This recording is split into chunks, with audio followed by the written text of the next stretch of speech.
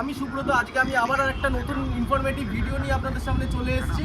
আজকে নতুন গাড়ির শোরুমে চলে এসেছি।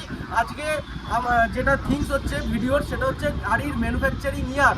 আমরা তো চ্যাসিস নাম্বার থেকে বুঝতেই পারবো এবং গাড়ির রেজিস্ট্রেশন নাম্বার দিয়ে বুঝতে পারবো।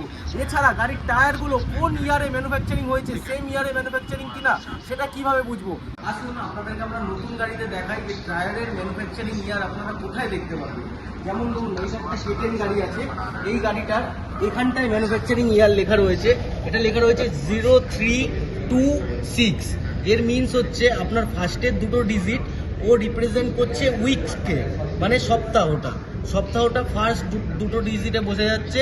এবং ইয়ার যেটা, সাল যেটা, সেটা এই পরের দুটোতে ইয়ারটা মেনশন আছে, মানে এটা 2026 সালের 3 সপ্তাহের ম্যানুফ্যাকচারিং একটা টায়ার।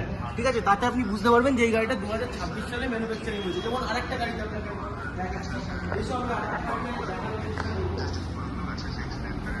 একটা ব্রেজা গাড়ি আছে, এর আমি দেখাবো টায়ারটা এবং ম্যানুফ্যাকচারিং ইয়ারটা। এটা যেমন লেখা রয়েছে দেখুন 5125। এর মিনস হচ্ছে ফার্স্ট দুটো ডিজিট যেটা সপ্তাহের, মানে এটা সপ্তাহটাকে রিপ্রেজেন্ট করছে। 51 মানে 51 সপ্তাহের, আর 26টা হচ্ছে বছর, মানে 2026-এর গাড়ি। এইভাবে আপনারা বুঝতে পারবেন যে একটা গাড়ি যেটা 2025-এর ম্যানুফ্যাকচারিং না 26-এর ম্যানুফ্যাকচারিং, এবং তার টায়ারটা কখন ম্যানুফ্যাকচারিং হয়েছে।